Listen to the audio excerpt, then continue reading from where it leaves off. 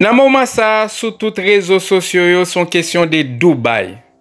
Mais avant que nous abordions le sujet ça, on regarde qui ça la Bible te dit dans 2 Timothée 3 verset 1 rivé dans verset 9. La Bible dit dans dernier temps l'homme a vin cruel, l'homme a égoïste, l'homme a remet l'argent, l'homme a arrogant, il a paraît tête yo fait connaître en pile bagay que yo ye, il a remet plaisir que bon Dieu pour nous citer ça yo seulement. Dubaï Porta Pochi. Qui ça bagay ça même? Nous tous connaissons Dubaï, c'est une grande ville côté grand pile millionnaire kal bre kob yo, prend plaisir. Mais Porta Pochi qui ça lié?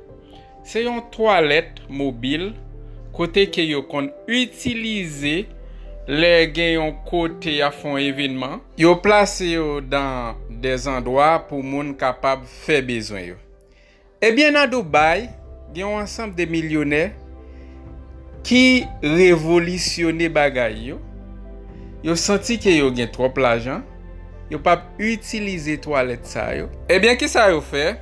Yo mettez des agents pour recruter des jeunes filles dans majorité cas pour capable remplacer toilette mobile ça yo. J'entends dire.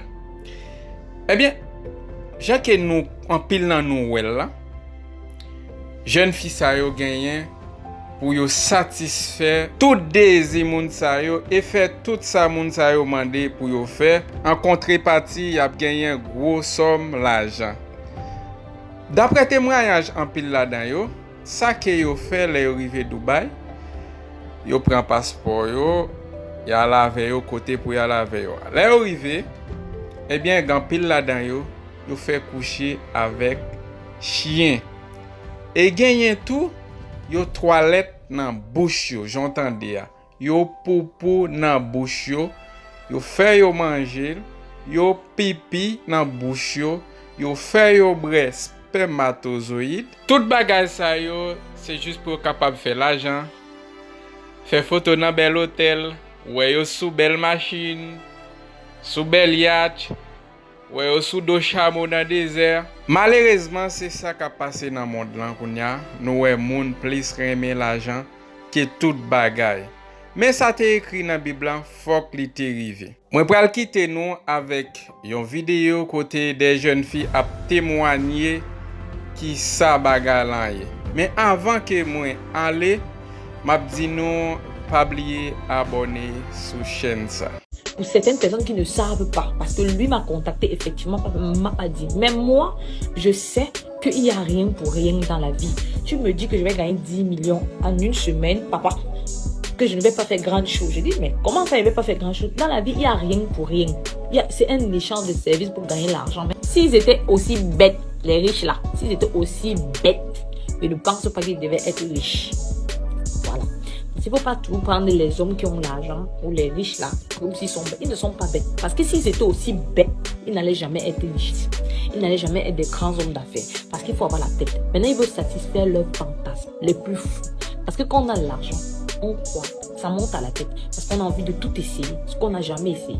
Et donc, le papa m'a contacté il y a un mois pour me dire qu'il y a un du business là-bas à Dubaï qui va me rapporter énormément d'argent. Il me suffit juste de faire une semaine. On va m'envoyer le billet business class, etc. Et tout. Bon, moi, dans ma cuisine, je pose la question que équipe pas 10 millions, mais pas. Donc, tu as brise comme ça là jusqu'à tu es derrière dans les, avec les richissimes et tout. On peut gagner jusqu'à mon frère en une semaine. Tu gagnes 10. Donc, toi, tu dois gagner 10 millions. Il dit que non.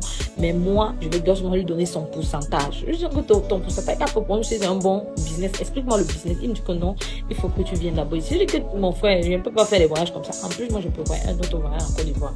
Je dis que non, parce qu'il y a une chaîne qui m'a contacté pour une émission. Je ne vais pas voir la chaîne parce que finalement, je n'ai pas encore fait cette émission. Donc, je lui dis, ok, moi, je vais voyager et tout. Il me dit que non, ici, là, ça va te rapporter énormément d'argent. Est-ce qu'on te paye combien? Je lui dis, bon, dis-moi clairement ce que je dois faire. On va me payer business quand on va me loger à Burj Khalifa. Ok, mais qu'est-ce que je dois faire? Donc, je lui dis donc, mais comment est-ce qu'on se fait autant d'argent et tu ne veux pas me dire ce que moi je dois donner? Parce que je sais que forcément il y a un échange de services. Il faudrait que tu me dises combien je dois gagner, enfin ce que je dois donner pour gagner cet argent. il me dit pas grand chose. Je dis pas grand chose, c'est quoi? Ça peut ne pas être grand pour toi, mais ça peut être grand pour moi.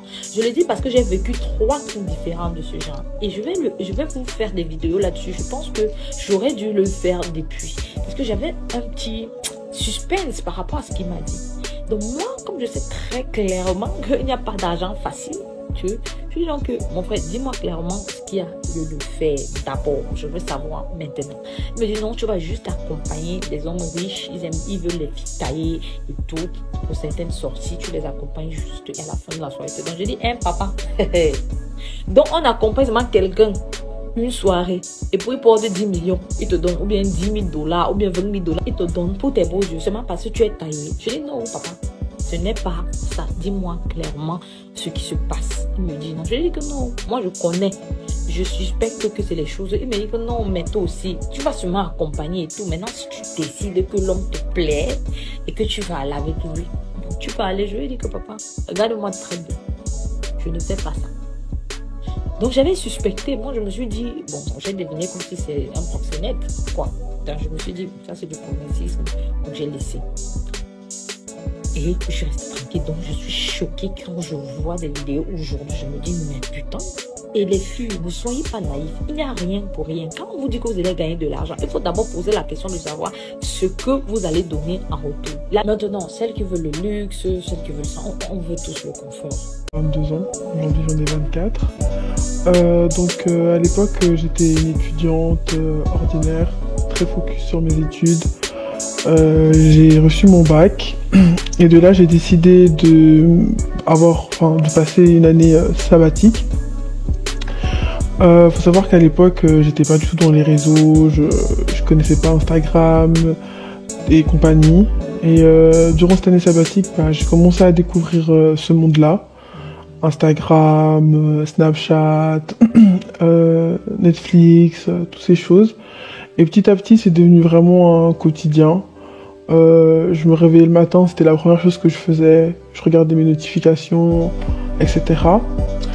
Et plus je regardais comment les choses évoluaient sur les réseaux, et plus je m'intéressais un peu à la vie des personnes que je suivais. Ça t'attirait en fait? Ouais, ça m'attirait. Et en fait, une fois, je regardais une des stories à ma cousine. Qui d'ailleurs, c'est une personne, c'est ma cousine, mais je traînais pas beaucoup avec elle.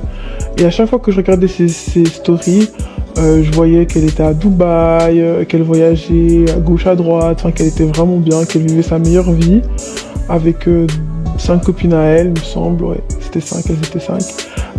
Donc elle était toujours en train de voyager, et puis je me posais la belle vie. Ouais, la belle vie quoi.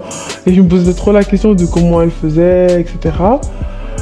Et puis petit à petit, j'ai commencé à parler avec elle pour savoir quoi, comment. Et puis elle me disait jamais vraiment comment elle faisait, elle disait juste qu'elle profitait de la vie, etc. Et donc j'ai commencé à vouloir m'approcher d'elle pour, on va dire, pouvoir bénéficier de cette vie-là en fait. Et puis donc petit à petit j'ai commencé à lui écrire, voir comment elle allait, etc. Puis on a commencé vraiment à beaucoup parler, à beaucoup se voir, etc. Et un jour j'ai décidé d'aller, je voulais lui poser la question, elle m'a dit qu'elle partait à Dubaï. Et je voulais lui poser la question de savoir si c'est possible que je parte avec elle en fait, à Dubaï avec ses copines, etc. Et puis elle m'a dit pourquoi pas. Alors j'en ai parlé à mes parents parce que à cette époque je vivais avec mes parents. Et ils m'ont fait confiance, ils m'ont payé le billet pour aller jusqu'à là-bas. Et j'étais vraiment contente de pouvoir vivre cette vie-là quoi. Donc là tu voulais partir avec ta cousine et ses copines, voilà. Du coup, j'ai reçu mon billet, on est parti. Donc les premiers jours, franchement, c'était vraiment bien. On a visité la ville, des photos, etc. Justement pour Instagram. Et en fait, un soir, on a fait toute la journée ensemble. Et un soir, elles sont parties, elles m'ont laissé toute seule à la maison. Et elles m'ont pas proposé quoi que ce soit, enfin elles sont parties, elles ont fait ça une fois. Donc la première fois j'ai pas trop, je me suis dit peut-être qu'elles veulent rester entre elles, etc. J'ai pas cherché à forcer. Puis 2-3 fois après elles ont refait la même chose. Et en fait je me sentais vraiment seule, parce que au bout d'un moment c'était, elles rentraient le soir, toute la journée elles dormaient, et le soir du coup elles repartaient en fait. Et moi je me trouvais, j'étais là, mais il y a un souci, peut-être que je suis moche, peut-être qu'elles veulent pas m'emmener avec elles où elles vont le soir, etc. Et ça m'a vraiment blessée, et puis je voulais même partir en fait. Tu te sentais délaissée? Ouais, délaissée, je me suis dit bon, peut-être que je suis pas dans leur team. Et du coup, en fait, au fur et à mesure, j'ai contacté du coup ma maman. J'étais un peu triste du coup. Je l'ai appelée et je lui ai dit ouais, je comprends pas comment ça se fait que elles veulent pas que je sorte avec elles sortent le soir, et puis la journée je suis toute seule, je sais plus autant bien qu'au début. Et puis ma maman, faut savoir que ma maman c'est vraiment une personne importante pour moi. Du coup elle a pris l'initiative de contacter ma cousine, et de pouvoir, pour lui en parler, lui dire qu'est-ce qui se passe, t'es partie avec Sarah, et elle me dit qu'elle est toute seule, etc. Et du coup, le soir elles sont rentrées, et ma cousine elle m'a un peu dit ouais, pourquoi t'as appelé ta maman, t'es pas très contente. Ouais, t'es pas très contente, elle était pourquoi t'as appelé ta maman et tout. C'est juste que je pensais que tu voulais pas sortir vu qu'on rentrait tard, on voulait te laisser un peu tranquille, mais c'est pas méchant, la prochaine fois tu pourras venir avec nous. Il dit ok, y a pas de souci. Donc 3 jours après, elles sont venues, puis justement je voyais qu'elles s'apprêtaient pour partir à cette fameuse soirée. Et donc cette fois-ci, vu qu'elles m'avaient dit que je pouvais aller avec elles m'ont préparé. Donc elles m'ont préparé, elles m'ont maquillée, j'ai mis ses habits. Et en fait, j'étais un peu mal à l'aise parce que c'était un peu des habits vraiment sexy. Très provoquant. Voilà, on peut dire ça comme ça. J'étais un peu gênée de mettre ces habits, mais je me suis dit bon, si elles sont comme ça, je vais pas faire, je vais pas faire celle qui veut pas quoi. Du coup on est parti et on est arrivé dans un super bel hôtel, franchement l'hôtel incroyable. Et quand on est arrivé dans la chambre en question, il y avait plein d'autres filles, mais il y avait aussi beaucoup d'autres garçons en fait. Il y avait vraiment beaucoup d'hommes dans la chambre, et j'ai trouvé ça un peu bizarre parce que je me suis dit ah ouais, c'est bizarre un peu. Et puis par contre faut savoir que les personnes qui étaient là, les hommes surtout, ils étaient un peu plus âgés que nous. Du coup j'étais un peu mal à l'aise, c'était un peu voilà. Puis petit à petit j'ai commencé à voir que il y avait des hommes qui prenaient une fille, par exemple un homme qui prenait une fille et puis qui partait dans une chambre, parce que la chambre il choisissait une fille, puis en fait il partait dans une chambre. Et vraiment parce que la chambre l'hôtel était vraiment grand, hein. Du coup c'était une suite, voilà.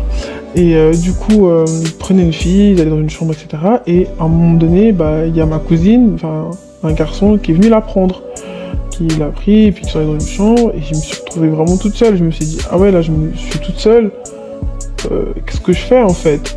Et à un moment donné il y a un homme qui est venu vers moi, et puis il m'a demandé d'aller dans une chambre, et puis on pouvait parler, etc.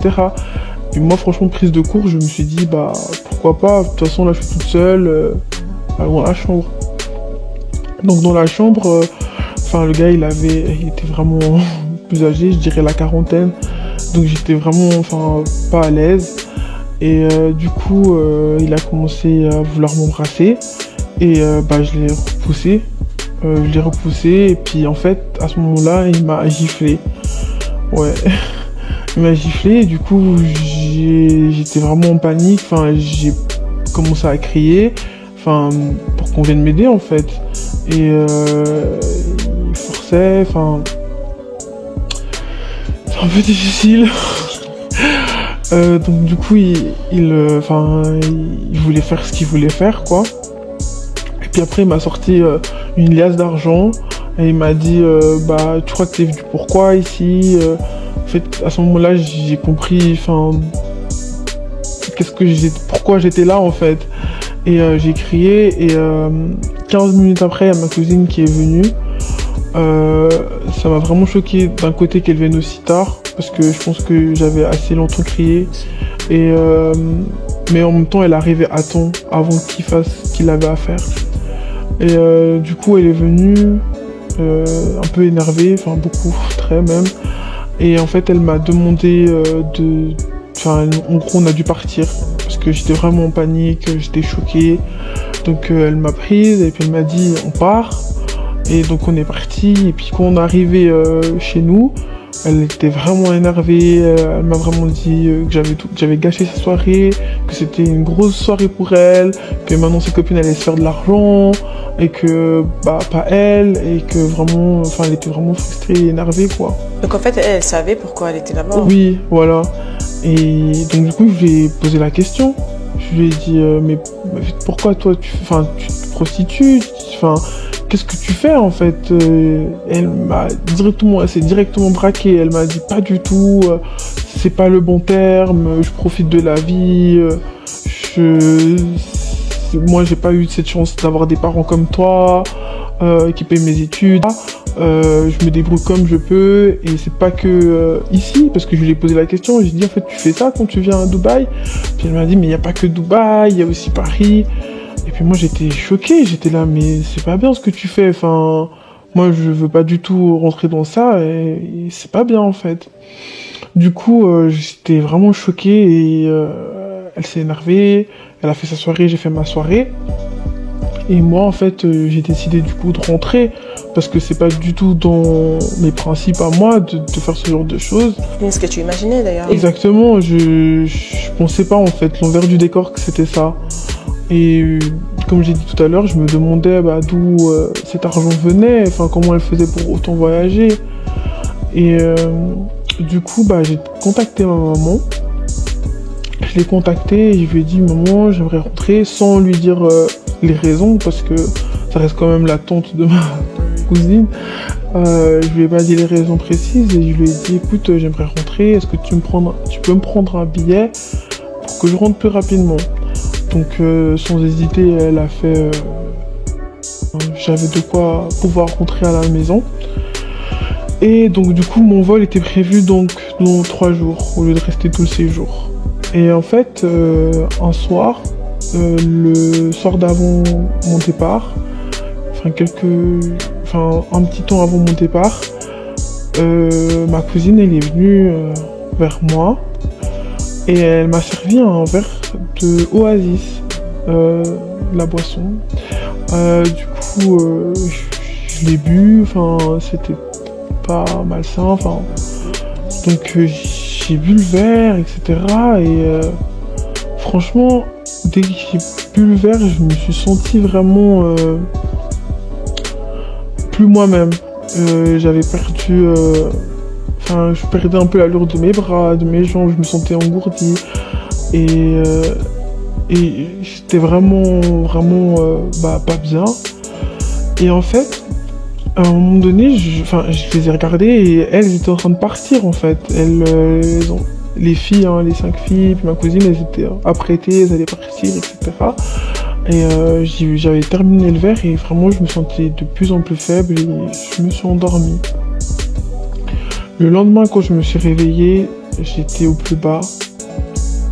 Je me sentais vraiment pas bien. J'ai vu mon corps avec plein de bleu. J'étais pas bien, je comprenais pas ce qui se passait. Et je savais au fond de moi qu'il s'était passé quelque chose de grave.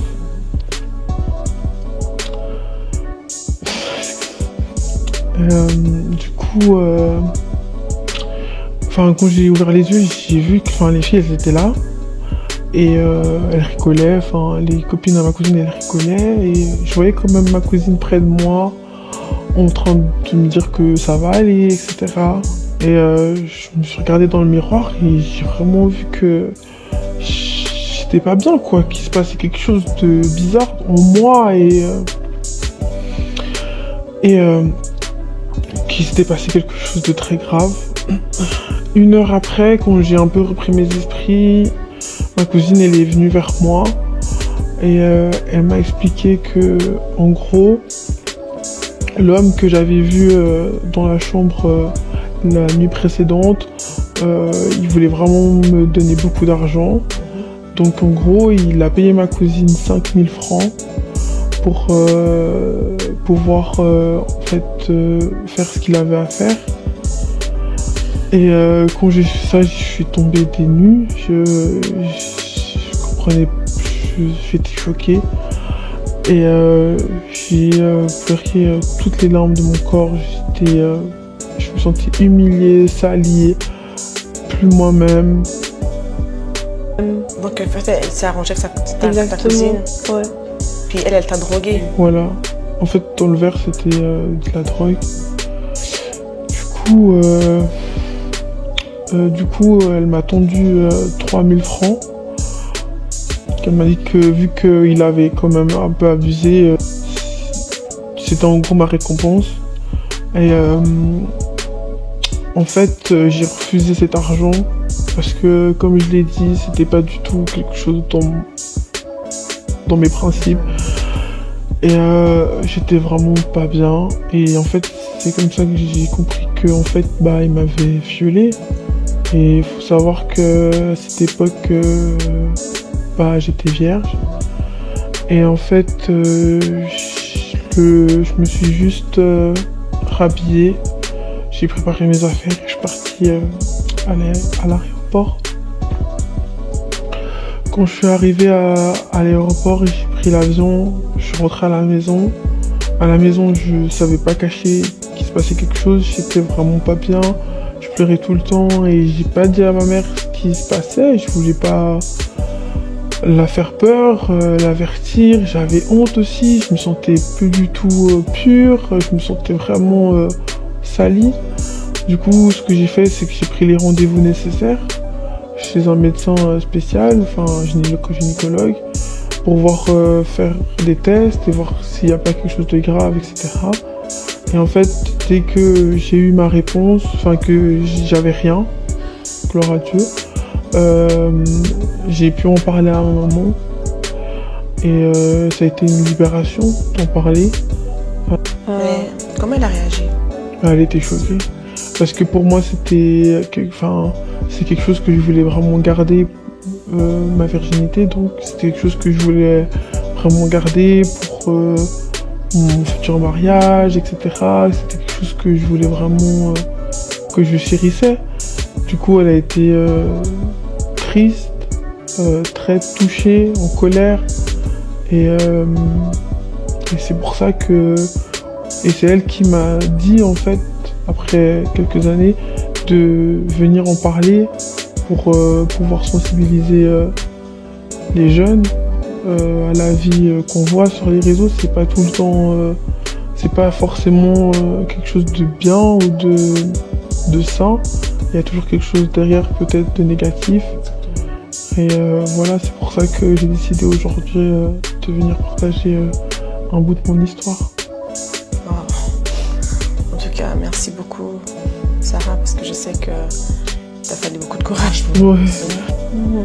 En tout cas, moi j'ai été vraiment très touchée et bénie par ton témoignage. Et j'espère que ceux qui nous regardent aussi. En tout cas, merci beaucoup. Normal.